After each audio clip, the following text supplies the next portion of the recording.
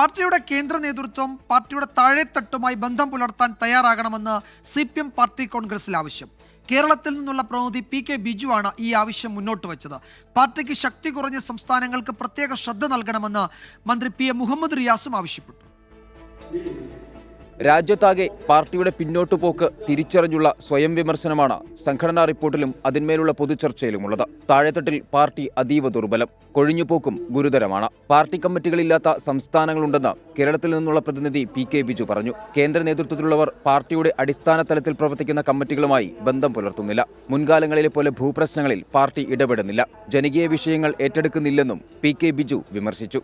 പാർട്ടിയുടെ ശക്തി വർദ്ധിപ്പിക്കാൻ നിർദ്ദേശങ്ങൾ മുന്നോട്ട് വെച്ചുകൊണ്ടാണ് PA മുഹമ്മദ് റിയാസ് ചർച്ചയിൽ പങ്കെടുത്തത്. സംഘടനാശേഷി കുറഞ്ഞ സംസ്ഥാനങ്ങളിൽ കൂടുതൽ ശ്രദ്ധ നൽകണം. അവിടങ്ങളിൽ സംഘടനാ പ്രവർത്തനത്തിന് ഫുൾ ടൈമർമാരെ നിയോഗിക്കണം.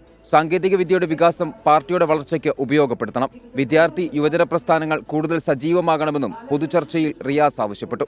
ചർച്ചയ്ക്ക് നാളെ PB അംഗം BV രാഘവലു മറുപടി പറയും. R. ശ്രീജിത്ത്, 24, മധുര.